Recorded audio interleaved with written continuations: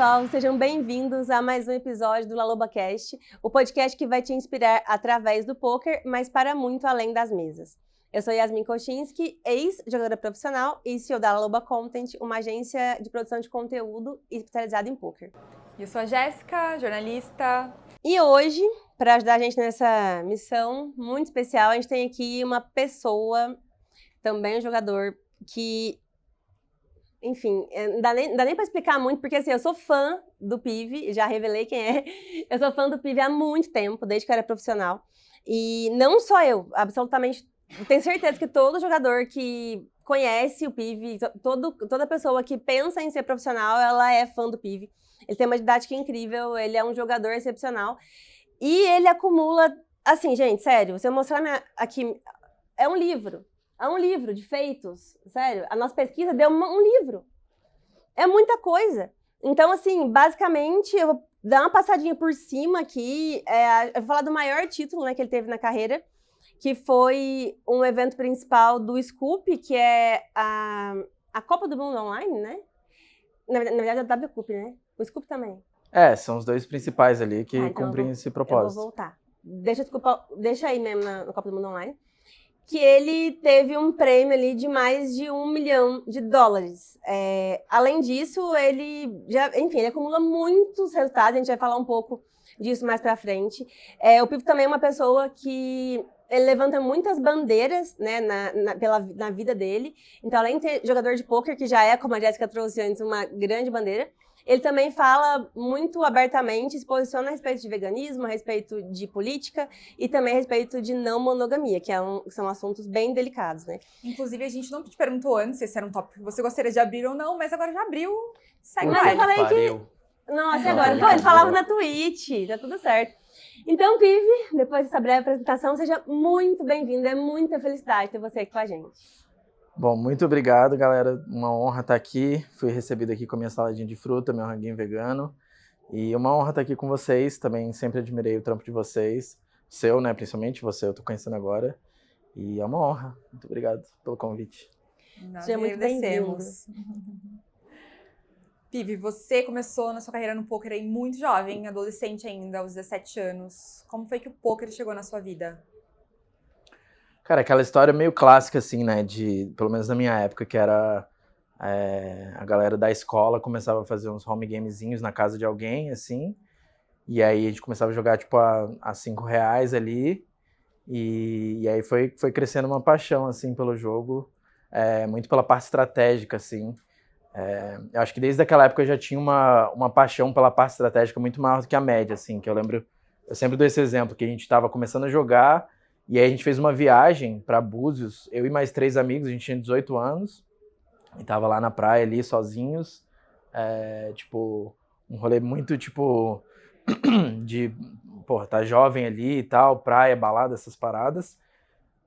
E aí, tipo, a gente jogava sempre um pokerzinho de manhã ali no café da manhã, e aí ia pra praia depois, né? E aí eu chegava e depois da gente jogar, eu queria, tipo, continuar, eu queria fazer coisas, tipo... vamos abrir aqui, tipo, um sit and go, assim, dar as cartas de todo mundo e a gente vai abrindo junto e debatendo o que a gente faria, assim, né? Se a gente fosse aquela pessoa com aquela mão. E a galera, tipo, cala a boca, vamos pra praia, o que você tá falando, tá ligado? E eu, tipo, era, tipo, muito nerd, assim, desde o começo, assim.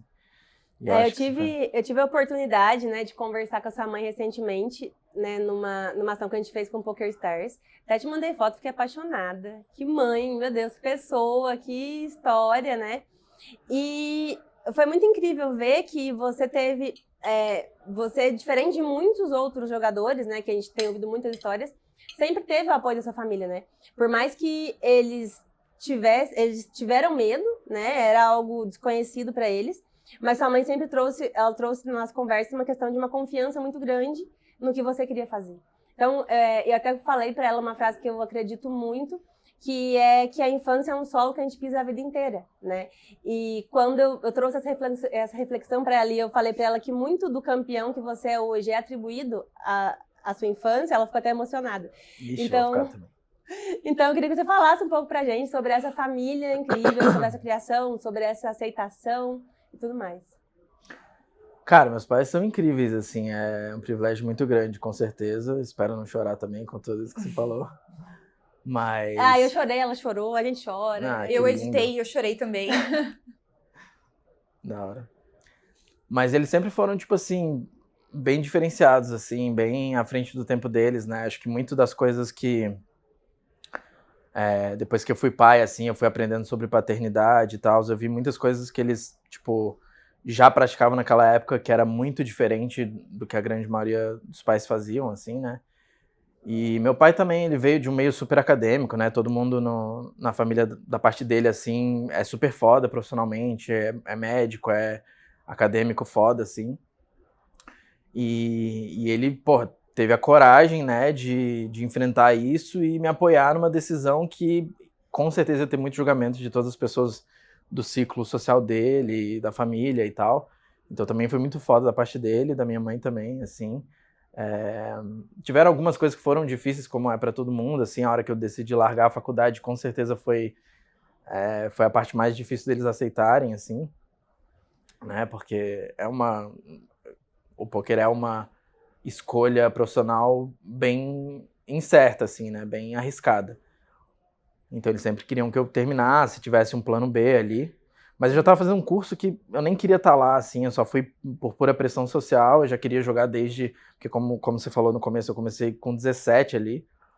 Então ali com 18, 19 eu já estava tipo, ganhando uma boa grana, jogando bem, assim, tendo bons resultados. E apaixonado pelo jogo e tal. E aí tiveram, então, tipo assim, alguns pequenos desafios, mas tipo, acho que muito, muito menos, assim, do que a grande maioria das pessoas tiveram que passar, assim, né? Porque é uma coisa que é muito difícil de você conseguir o apoio dos pais ali, por todo o preconceito que tinha naquela época. Tipo, hoje é muito mais fácil, mas ainda assim é uma coisa que tem muito preconceito, é uma coisa muito nova ainda, né? Então, é bem foda, assim, pros pais, né?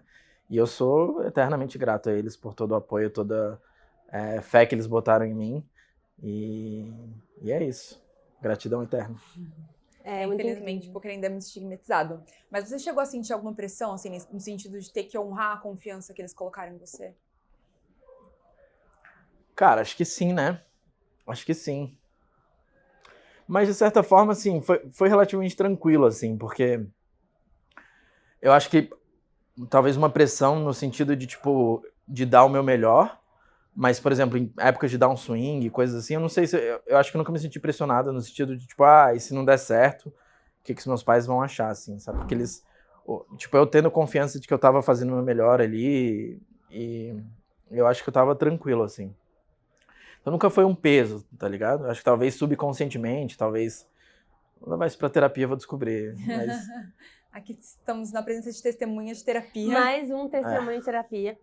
A gente tem encontrado muitos pontos em comuns, inclusive quando a gente fez, né, a introdução do podcast, esse foi uma coisa que a gente colocou, né? Que a gente coloca o que eles têm em comum, né? Uhum. E a gente tem identificado muitas coisas em comum. Uma delas são os feijões. Você jogou com feijão também? Não. Tá passando feijão? Mas muitos jogaram com feijão, né? Feijãozinho era Largar a clássico. faculdade é geral, fichinha. assim, é geral. Um dos nossos objetivos, né, com esse podcast era justamente encontrar pontos em comum, né, Jéssica? E a gente tem percebido alguns e, felizmente, um dos pontos em comuns, além dos feijões e largar a faculdade, é a terapia. Você faz há muito tempo, Pive? Cara, não, eu comecei relativamente tarde, assim, ali com uns 31, 32. É uma coisa que, tipo, na cultura dos nossos pais, era uma coisa que não era vista como pra todo mundo e algo que deveria ser feito independente da saúde mental do momento ali, né? Uhum.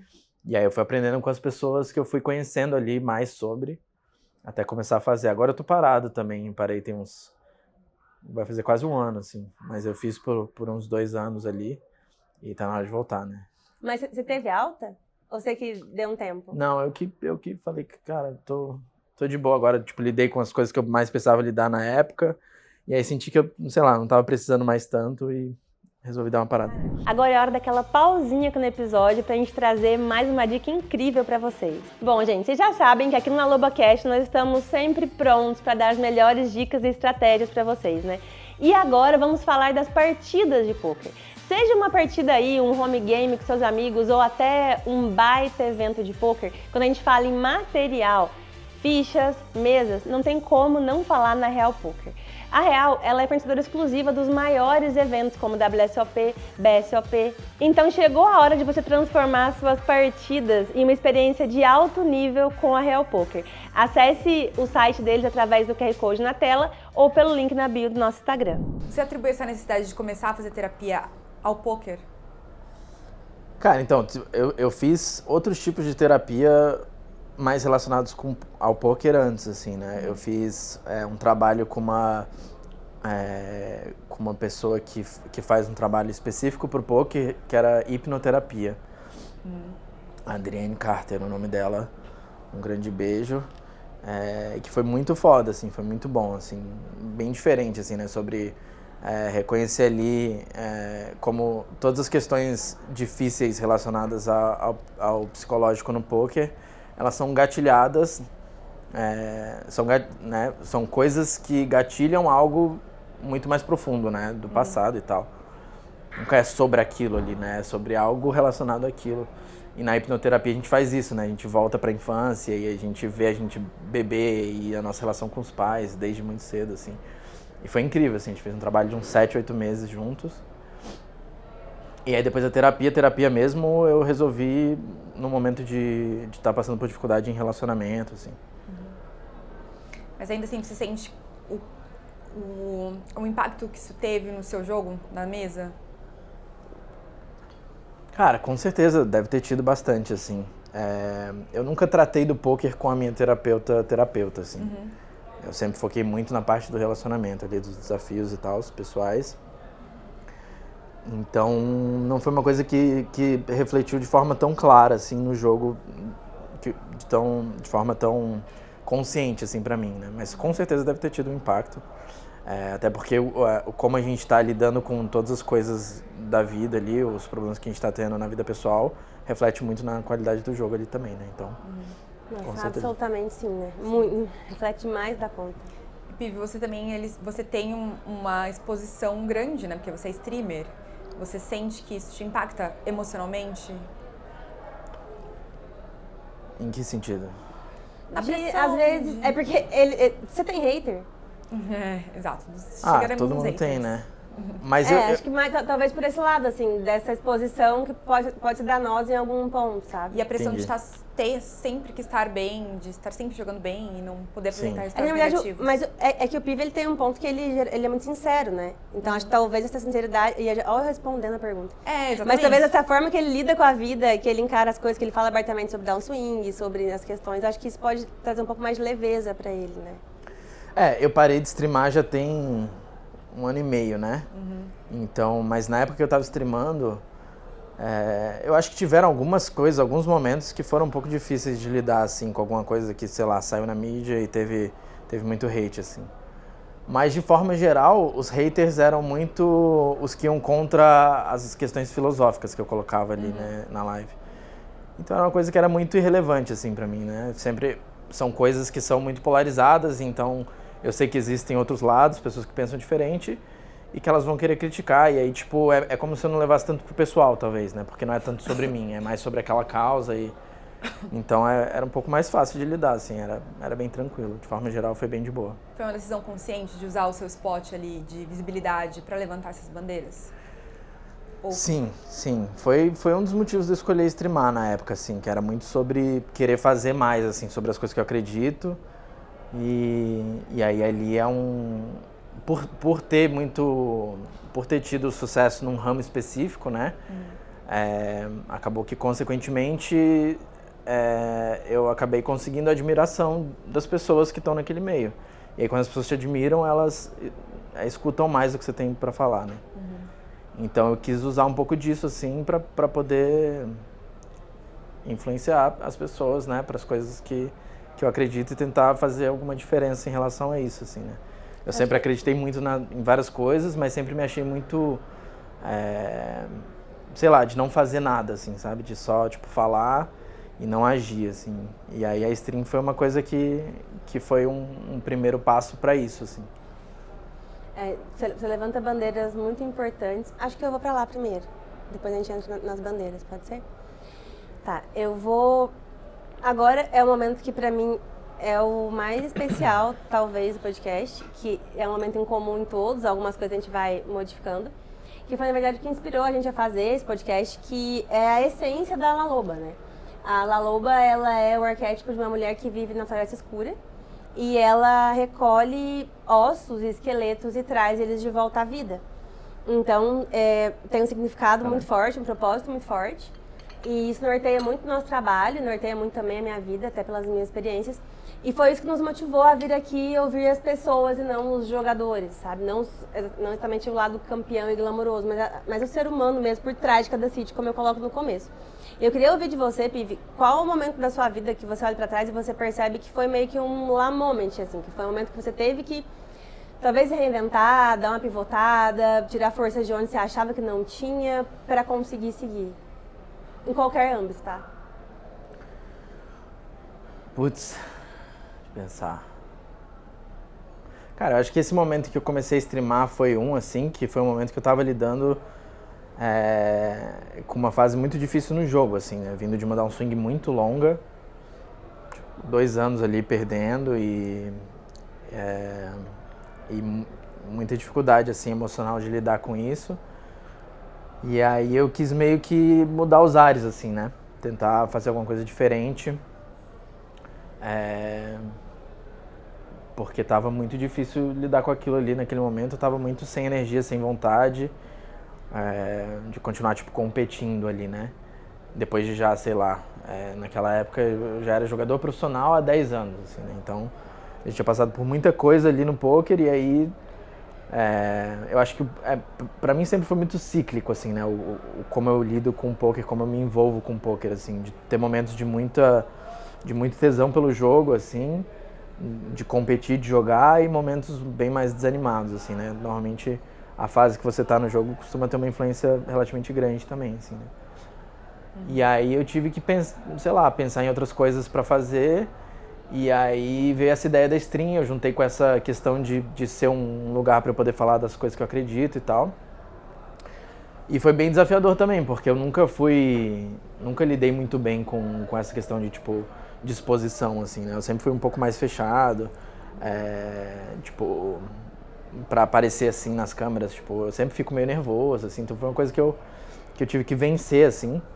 E foi um momento difícil, assim, de muita mudança, e acabou dando super certo, assim, acabou sendo uma coisa que eu me encontrei, eu consegui vencer vários desafios em relação a isso, sobre ficar mais tranquilo e lidar melhor, assim, com essa questão, várias questões pessoais relacionadas a isso, e a aventura de estar meio que começando quase que uma profissão nova, assim, né, que era quase tipo, tô deixando de ser jogador para ser um streamer, um produtor de conteúdo ali, focar em um outro lado, assim. Então foi um momento que foi bem desafiador, assim. Quando a gente fala de roupa, qualidade é algo essencial e que eu não abro mão. A Midaswear é uma empresa que eu já consumo, confio e conheço há algum tempo e eu tô muito feliz em tê-los por aqui. Além de ter uma coleção incrível pelo site, que inclusive usando o cupom LALOBACAST você consegue 15% de desconto, eles também criam a sua coleção exclusiva. Então, se você tem um time, por exemplo, e quer que seus jogadores saiam por aí desfilando, entre em contato com o pessoal da Midaswear e se apaixone também. E você pensou em desistir do poker? Não, eu acho que desistir do poker, assim, por completo, nunca passou pela minha cabeça, assim. Porque seria muito difícil achar outra coisa pra fazer. Tipo, quando eu terminei a escola, por exemplo, eu fui escolher um curso na faculdade, pra mim foi muito difícil, assim, eu não conseguia me encaixar em nada, assim, em termos de profissão, assim. E aí, tipo, tendo muito sucesso no poker, pra conseguir um sucesso financeiro parecido em alguma outra área, sem ter tido um curso superior, é muito difícil, assim, né? Então, é uma coisa que nunca passou pela cabeça, assim. Sempre foi tipo, se tiver difícil, eu vou enfrentar e vambora, porque é um privilégio muito absurdo, assim, né? Poder jogar poker profissionalmente, todos os benefícios que tem, né? De você, enfim, poder ser o seu próprio chefe e tal, decidir o que você vai fazer pra você mesmo ali e jogar um jogo que você ama como profissão, assim, é um privilégio muito absurdo, assim. Então, abrir mão desse privilégio nunca passou pela minha cabeça, assim. E além de jogador, você tem aí uma carreira no poker paralela não necessariamente paralela, mas como instrutor, né? Você já deu aula para mais de 20 times aí ao longo dos últimos anos. Como você encara isso? Assim, a responsabilidade de ser instrutor. Cara, foi uma coisa assim que desde o começo eu sempre gostei muito, assim, sei lá, meio que uma aptidão, assim, sabe? De ensinar, de falar sobre, assim. E aí tem um outro aspecto também que é toda aquela ideia de que o poker é um jogo de soma zero, então para você ganhar alguém tem que estar perdendo, para você ganhar X alguém tem que estar perdendo X. E aí fazer algum outro tipo de atividade que não seja de soma zero, né? Um tipo de atividade em que todos os envolvidos se beneficiam, que é o caso, por exemplo, do ensino, né? É uma coisa que é bem gratificante, assim, também é uma coisa que eu pensei durante a minha carreira, assim, né? Se eu teria algum meio de fazer alguma coisa que não fosse só de soma zero e que eu conseguisse contribuir de alguma forma, assim, e ter um pouco dessa gratificação de estar fazendo algo pelo outro ali. Então teve essa parte também. E aí teve a questão da variância do jogo, né? Então ter uma fonte de renda ali que não tem variância, né? Ou que tem bem menos variância, porque ainda tem de, tipo, se você vai ter demanda suficiente e tal. Mas tem muito menos variância ali, um dinheiro fixo entrando. Foi extremamente importante, inclusive para minha cabeça como jogador ali, né? Para eu conseguir enfrentar os momentos de downswing ali, tendo família, né? Para sustentar e tal. As aulas foram essenciais, assim. Então, foi algo que foi muito importante para mim, assim, e que eu gosto muito. E hoje eu faço muito menos, assim. Eu ainda mantenho, porque é uma coisa que, pelo gostar, assim, eu ainda quero fazer. Mas eu dou, tipo, uma aula por semana, assim. Então, é tipo 1h30 de aula, né? Então, é 1h30 por semana ali e é isso. Então, é uma coisa que não cumpre mais um propósito de trazer uma fonte de renda. E é mais pelo prazer mesmo ali, de continuar fazendo aquilo, assim. Em algum momento você sentiu mais prazer em ensinar do que de jogar? Sim, então aquilo que eu falei mais cedo, né, de ser muito cíclico, assim. Então, era bem comum, assim, variar bastante, inclusive em como eu montava minha rotina em relação a isso, né. Quanto do meu tempo eu queria dedicar pra dar aula e quanto eu queria dedicar pra jogar.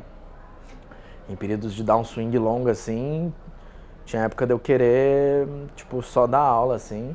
E também teve quando minha filha nasceu, né, que eu quis ficar mais presente ali como pai.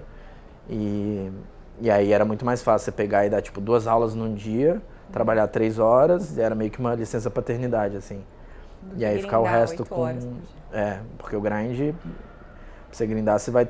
MTT, pelo menos, você vai gastar ali 8, 10 horas por dia. E ainda tem um momento de estudo, que é importante ali e tal. Então, quando minha filha nasceu, eu joguei só de domingo ali por uns 6 meses ali, né? Não lembro exatamente quanto tempo, se foi 3 meses, foi 6 meses. Mas um bom período que eu fiquei grindando só domingo e durante a semana eu dava aula de uma forma bem leve, assim, para eu poder estar bem presente ali naquele momento. A gente quer falar um pouco sobre esse aspecto da paternidade. paternidade. Eu só quero fazer uma observação que, assim, a população do poker agradece que você resolveu dar aula, né? Porque a gente trabalha com vários times e, meu... assim, ó, mano, a gente fechou com o PIV, vamos postar, vamos falar aula do PIV. Tipo assim, todo mundo fica ensandecido quando tem aula sua. Inclusive, é um dos benefícios que os times colocam para trazer mais jogadores, né? Eles aulas colocam aquele PIV como instrutor, então realmente muita relevância e reconhecimento. E autoridade, né? E autoridade. Pivi, você falou sobre essa questão do poker ser um jogo de soma zero. Como é que você lida com isso? Com o fato de que para você ganhar alguém tem que perder? Cara, eu já tive mais conflitos em relação a isso no passado. Hoje eu tenho meio próximo de zero, assim.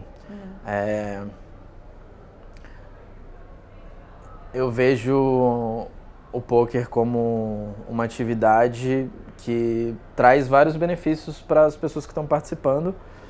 E é uma escolha de cada um estar ali. E eu acho que tem muita coisa bonita nisso, assim, também, sabe?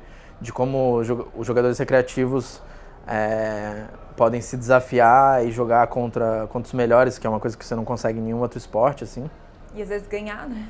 E muitas vezes ganhar, e tá todo mundo ali tentando ganhar, né? Então segue sendo uma competição em que todo mundo é livre para participar ou não.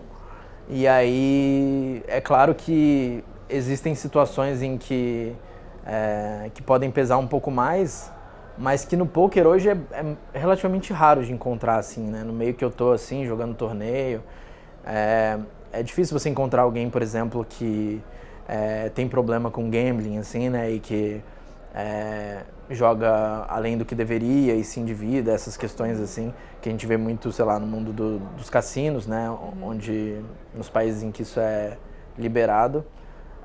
No poker, assim, é uma coisa que hoje em dia é relativamente raro de se ver, assim. Então, eu não sinto nenhum peso em relação a isso, assim, hoje, sabe? Eu sempre sinto que eu tô... eu não vejo mais como um jogo de soma zero. Pra mim é um jogo... Porque você tá entregando algo também, né? É quase como se o jogador recreativo tá lá para se divertir e parte do que ele tá pagando é o rake para quem tá organizando o torneio, parte do que ele tá pagando é o seu ROI ali, sabe? Então, assim como ele vai para um cassino, ele sabe que ele não tá perdendo ali, ele tá se divertindo. No poker é muito mais legal porque você usa muito mais o seu cérebro, né? Então tem vários benefícios, né? Você exercita o seu cérebro ali, que é algo que é muito legal, muito... desenvolve vários tipos de habilidade, que é algo que você não desenvolve num jogo de cassino, por exemplo. Então, não sei, hoje em dia eu não tenho mais um peso em relação a isso, sabe? Isso é uma coisa que a gente gosta de ressaltar, que ao contrário do que ainda existe assim, um certo estigma, o poker ele não é um jogo de sorte, é um jogo de estratégia e de conhecimento. A sorte tem uma certa influência, né? Mas ele é um jogo de estratégia. É um jogo de estratégia. Aliás, o Pive pode até falar um pouco mais aí pro pessoal que não sabe do poker, explicar essa questão aí. Posso? Deve, por favor. Em relação, assim, a questão da sorte, depois que você começa a jogar poker profissionalmente e entender como a variância se manifesta no mundo, você percebe como tem sorte em tudo, né? E como a sorte ela é reconhecida nos outros meios, assim. No poker ela fica mais na nossa cara, né? Porque as porcentagens estão ali. Então você vai ao in lá, você tem 70%, seu oponente tem 30% e tá lá. E aí bate a carta dele e aí, né, você sente que teve azar e etc. Enquanto nos outros meios isso não fica tão aparente, né? Então, uma coisa que a gente inclusive aprende muito como jogador de poker é não se orientar pelo resultado, né? Que eu acho que é uma habilidade que é muito boa, assim, para negócios e para qualquer outro meio, assim, e que pessoas que não estão acostumadas a lidar com um jogo com tanta variância tem muita dificuldade de entender isso e muitas vezes tomam decisões ruins na vida, assim, porque acham que uma coisa aconteceu porque era o melhor ou era o pior ali mesmo, né? Se aconteceu daquele jeito, se deu certo é porque foi bom, se deu errado é porque foi ruim e a gente entende como não é o caso, né? Mas dito tudo isso, o poker ele é uma atividade com mais variância do que a grande maioria das outras competições, por exemplo, né? Se a gente vai falar de futebol, tênis ou qualquer outro esporte que seja, todos eles têm bastante variância. Assim, tem bastante variância e muito do público leigo, assim, que não lida com odds e com aposta e qualquer coisa do tipo, não entende, né? Acha que sempre o favorito vai ganhar, qualquer coisa assim. Mas ainda assim a variância nos outros esportes é menor do que no poker, né? O poker você precisa de uma amostra maior para vencer essa sorte no curto prazo, né? E é isso. Pi, você falou um pouco sobre a sua decisão de diminuir a sua rotina de grinder e investir mais na sua rotina de instrutor por conta da paternidade. Como é que você enxergou esse momento de decisão, assim, conforme a sua filha nasceu? Na verdade, como um todo, né? Você pode trazer essa mudança, né? Que ela trouxe, com certeza, para sua vida. Cara, eu sempre quis ser pai, assim. Sempre foi uma coisa que eu sonhei. E aí, desde muito antes disso ser uma realidade, assim, eu sempre pensei sobre o fato de que, tendo esse privilégio como jogador de pôquer e principalmente na época tendo uma situação financeira relativamente tranquila, em que eu podia me dar alguns luxos, assim, que eu iria optar por estar muito presente ali nesse momento, né? E participar desse acontecimento que muitas vezes é uma vez na vida que você vai viver, né? Claro que depende de quantos filhos você vai ter, mas Para mim foi uma vez, assim, então eu quis vivenciar ele da forma mais intensa possível, assim, e toda a ideia de criar um outro ser, assim, né, sempre foi uma coisa que mexeu muito comigo, assim, de ser também um objetivo de vida, de certa forma, assim, né.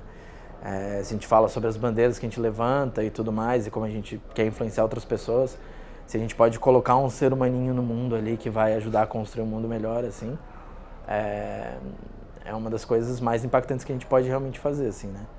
Então eu sempre tive isso como um objetivo de vida, assim, também, e aí quando ela nasceu, eu quis estar lá desde o início muito presente para também com isso em mente, assim, né, sobre construir aquela pessoinha ali para que ela pudesse ser o mais feliz possível e, consequentemente, levar o máximo de felicidade para o mundo, assim. Então, acabou que foi uma decisão relativamente natural, assim, para mim, quando aconteceu.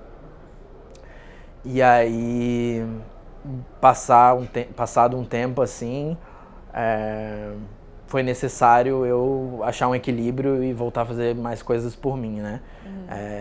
Você que é mãe, você não sei se é mãe também? Sou, de dois. De dois, Então, vocês sabem como, tipo assim, a maternidade e a paternidade, elas podem consumir muito da nossa energia, a gente faz muito pelo outro ali, e se a gente acaba deixando a gente mesmo de lado, pelo menos a minha experiência acabou trazendo algumas consequências difíceis, assim, e que com o passar do tempo eu fui achando mais um equilíbrio, assim, né, de voltar a me dedicar para outras coisas que eu amo, como o poker, e achar um equilíbrio ali em que eu conseguisse permanecer o mais presente possível, mas sem negligenciar as outras coisas que são importantes na minha vida também, né?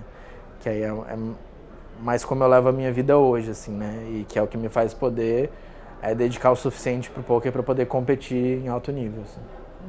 Tipo, naquela época, se eu continuasse jogando relativamente caro ali com quanto eu estava dedicando pro poker, eu não teria chance, assim. Então é uma realidade que não tem como fugir, assim, né? Tá todo mundo evoluindo a cada instante e se a gente não acompanhar, a gente fica para trás, num meio competitivo. Então, é isso.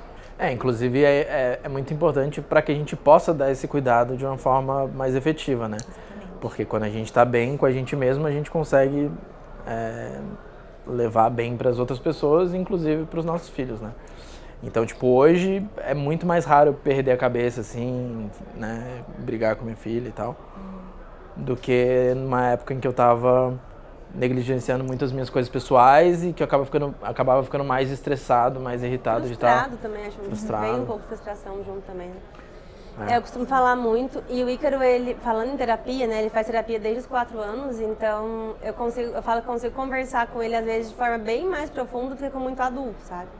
Então a gente tem muitas conversas, é uma delícia. Isso o Ícaro herdou de você, né? A intensidade, gente, a profundidade. Como é bom, assim, as analogias e o quanto ele entende, enfim. E é um ponto que eu sempre falo pra ele, às vezes eu tô mais ausente, né? E eu ligo pra ele, eu mostro, falo, filho, a mamãe tá muito feliz aqui, né? Eu tô feliz agora fazendo meu trabalho, isso também é por nós, né? E ele tá lá feliz viajando com a tia dele, então ele vai entendendo também essa questão da individualidade, da necessidade que cada um tem de se realizar também, né? Que eu feliz, eu vou ser uma mãe melhor, né? Vou conseguir cuidar melhor, e que a minha existência, que eu preciso correr atrás dela, né? Então acho que isso também ensina muito, como você trouxe, de exemplo mesmo. É um exemplo maior do que o exemplo que a gente está acostumado, que é o exemplo do sacrifício, né? Que os pais têm que sacrificar a vida pelos filhos. Sim. A gente, na verdade, as mães, a maioria das vezes, né? Na maioria das vezes, as mães sacrificam às vezes pelos filhos, né? Os pais também, né? As mães muito mais, né? Na maioria das vezes, as mães. Tem poucos pais, por exemplo, o PIV, que são participativos, e que daí, quando isso acontece, a gente fala, meu Deus, né? Não, tipo, você fez a sua parte, né? Eu tenho certeza que você considera dessa forma. Mas, geralmente, as mulheres... Até, eu tava conversando com alguém ontem sobre essa questão de ter menos mulheres no poker. Conversei já com algumas mulheres que são mães e tudo mais. E é muito mais difícil para a mulher conseguir, né, ter uma carreira de alto nível e competir em alto nível. Aí não me vem em mente agora, pensando aqui em nível Brasil, alguém que jogue muito caro, uma mulher que jogue muito caro e seja uma PIV da vida. Não tem? Tem? Ou eu tô enganada? A gente tem acho hits, que no mas Brasil- de forma constante... No Brasil, não. Acho que lá fora tem algumas pessoas, né? A Sim, Kristen, que fez a reta do Main Event agora, é uma que joga super high rollers e tal, né? Falando em amor também, né? Acho que a gente poderia falar sobre o veganismo, né? Que é uma bandeira que você levanta. Você já é vegano há bons anos, acho que quase 10, talvez. 7. 7. A pesquisa me passou 8 aqui, ó. Quase 8. Ele tá certo. Deve estar chegando em 8. Então a pesquisa passou certo. Então vamos voltar. Mas é 8 Você é anos. vegano aí há quase 8 anos. E é uma bandeira que você sempre levanta, inclusive, né? A camiseta hoje também tá alinhada com isso. Aproveita, quer falar alguma coisa a respeito disso? Falar como que isso aconteceu na sua vida, que a gente já sabe, mas o pessoal não sabe. Claro. Com o veganismo, assim, sempre foi uma coisa que me... Como é que eu posso dizer, assim? Que me interessava, era algo que eu admirava nas pessoas, assim. E aí era mais uma daquelas coisas que eu me sentia, de certa forma, meio hipócrita, assim, sabe? De quando eu tenho que fazer algum tipo de sacrifício, quando tem que ser difícil pra mim ali, de eu acabar não fazendo muito pelas causas, pelas coisas que eu acredito, e de ser muito de falar e muito pouco de fazer, assim. E aí eu sempre conto essa história, né? O Edu, o Gordinho 90, que agora não tá mais no poker, um grande abraço pra ele, mas ele foi jogar um BSOP lá em casa, ele ficou hospedado lá em casa em Brasília, na época eu morava com os meus pais. Isso foi em 2015, por aí, 2015. E aí a gente ficou trocando ideia, assim, ele tinha acabado de virar vegano. E aí eu achei muito foda, assim, o exemplo dele. A gente foi comer num lugar, assim, e aí ele pediu um negócio e ele falou, puta, mas talvez na massa vá ovo. E aí ele perguntou pro cara, vai ovo, aí ele cancelou, e eu falei, pô, ele podia só, tipo, fingir que ele não sabe que vai ovo, tá ligado? E, tipo, mas ele tem um princípio ali e ele vai deixar de comer um negócio que ele queria muito e que, tipo, era super gostoso por uma parada que ele acredita. E eu achei isso foda, assim, e aí pedi pra ele me indicar uns documentários. E aí o primeiro documentário que eu assisti foi Terráqueos, que é um documentário bem forte, assim. E aí eu chorei do começo ao fim, igual um bebê, assim. E aí eu falei, mano, eu não posso continuar contribuindo para um negócio que me faz ficar em prantos de ver como que acontece, só por prazer, né? Porque é basicamente só por prazer. Hoje em dia a gente já tem vários estudos de como dá para ser perfeitamente saudável sendo vegano. E aí, naquele momento, eu decidi, cara, é isso, eu vou parar de contribuir com isso. E aí foi sobre isso, assim, foi 100% sobre a causa animal, sobre não contribuir mais com a tortura, com coisas horríveis que acontecem ali na indústria da carne. E aí foi isso, assim, esse foi o primeiro momento ali, o primeiro passo. Para as pessoas que têm, eu percebo muito que tem muita gente que até que é vegetariana, mas quando tem esse passo para o veganismo é algo que dá mais, causa mais desconforto porque é mais difícil mesmo, né? Então, o que eu indicaria para as pessoas que às vezes estão em transição e querem saber mais, como você falou do documentário Terráqueos, né? E eu assisti Caos Pars também, que é bem, bem importante. Você teria outras indicações também para quem tiver interesse? Assim, do vegetarianismo pro veganismo é um pulo grande, assim, né? Porque você tem que abrir mão de coisas que estão em muitos alimentos ali, né? E aí, tipo, pra comer fora de casa, tem várias coisas que são bem mais desafiadoras, assim. E muita coisa que é muito gostosa, né? Tipo, eu amo coisa com queijo, leite também, chocolate, etc, né? Então é muito difícil. Mas pra causa animal em si, o vegetarianismo tem muito perto de zero impacto, assim, né? Você deixar de comer carne, assim, para a causa animal não faz muita diferença, porque tudo que acontece com os animais continua acontecendo em todas as outras áreas ali que não são a carne, né? A gente sabe que quando fala em dinheiro, segurança e confiança são essenciais. E disso a Smart Fichas entende muito bem. Há muitos anos no mercado, realizando transações ágeis e seguras, a Smart Ficha é com certeza a sua melhor opção para comprar e vender fichas. Aqui no QR Code na tela você consegue falar diretamente com a central deles e em instantes ter o seu saldo. Um jeito inteligente, rápido e seguro de obter suas fichas. Então, se a decisão da pessoa é pela causa animal, esse é um primeiro passo. Mas a principal dica que eu dou é levar com leveza, assim, tá ligado? Vai fazendo conforme você vai conseguindo. Começa a tirar um dia da semana, 2. Tira completamente, mas se vai numa festa, uma coisa que quer comer, come sem sentir peso, tá ligado? A gente tem muito essa cultura do julgamento do hipócrita em que às vezes as pessoas parecem que se sentem à vontade pra, tipo, alguém que faz 0 por alguma coisa julgar alguém que faz 98, tá ligado? Então, tipo, porque você não faz aqueles 2 ali, eu posso te julgar sendo que eu faço 0 sobre aquilo, assim. Nossa, acontece muito. A gente falou superficialmente sobre os haters, mas, assim, eu acredito que você deva ter encontrado na sua jornada a sua cota de haters, né? Porque você levanta várias bandeiras, vamos dizer, polêmicas, né? Além do veganismo, a não monogamia. Como você encara isso, assim? Eu acho que eu já vou juntar uma pergunta sua, que acho que é um terceiro ponto que é bem importante a gente falar, que é justamente isso, né? Você falou bastante em amor até aqui, né? Você falou sobre o amor da sua filha, você falou sobre esse amor pelos animais, você falou sobre se amar, né? E não se deixar de lado. E como que a não monogamia chega na sua vida, assim? A não monogamia, ela segue mais ou menos um caminho parecido com o veganismo, assim, de ser uma coisa que filosoficamente sempre fez sentido, mas eu nunca tive coragem, assim, né, de lidar com as dificuldades que seria lidar com ciúmes e etc. Mas algo que pra mim sempre fez muito sentido, assim, filosoficamente falando, sobre a desconstrução da ideia da posse ali e sobre amor ser sobre liberdade, basicamente sobre querer a felicidade do outro, né, e que pra mim não faz nenhum sentido você amar alguém e querer que eles não façam algo que eles estão afim e que vai, consequentemente, gerar bem-estar e felicidade. Então, tipo, hoje pra mim isso é, tipo, absurdamente claro, mas foi um processo, né, porque a gente cresce numa cultura 100% monogâmica e eu vivi 31 anos de monogamia, então foi muito desafiador, né, no começo foi muito difícil pra mim, assim, foi um processo muito sofrido.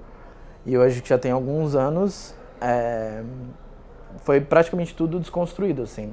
Eu vivo um relacionamento não monogâmico muito, muito feliz, assim, com muita paz, muita leveza, muito, muito pouco conflito. E é muito gostoso, assim, ter chegado nesse ponto, assim, de não sentir ciúmes e ficar feliz pela felicidade do outro, né, pela liberdade do outro, assim.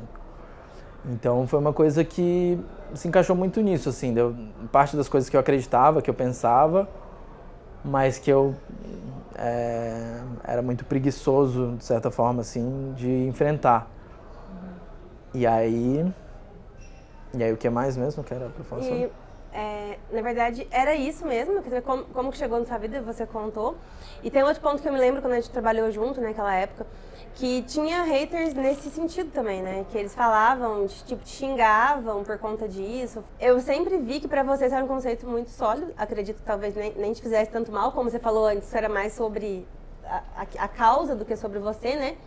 Mas o que você teria pra dizer pra pessoas que têm, às vezes, essa visão... Porque no fundo, talvez... elas desejam essa liberdade, mas por outro lado tem essa visão muito contaminada pela construção social que a gente tem. Aquele recadinho, assim, ó. Se você tá pensando... Bom, primeiro, falar um pouco dessa questão de lidar com os haters, assim.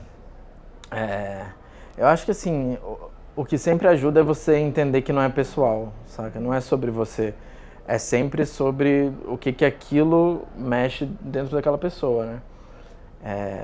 Então, você agir com um pouco mais de compaixão também é uma coisa que ajuda muito, assim, sabe?